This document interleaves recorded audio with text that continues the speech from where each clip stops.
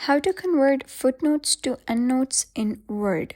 Hello guys and welcome back to Delve Stack. In this video, I'm going to show you how you can convert footnotes to endnotes in Word. So let's get started. First of all, you gotta head over Open Word and any document. And first of all, you gotta make sure that the print layout has been selected at the bottom right of the screen. After that, you gotta head over, click on References at the top, and then you should see this small arrow right over here. Click on it and you'll be able to see a dialog box appear. Over here under Location, you gotta click on Endnotes. You can choose between end of section and the end of document, whichever you want.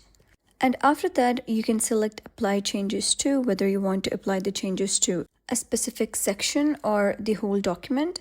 Once done, you gotta click on Apply and you're good to go. So that is basically how you can convert your footnotes to endnotes. So if you found this guide helpful, give it a thumbs up and don't forget to subscribe for more helpful tutorials. I will see you in the next video.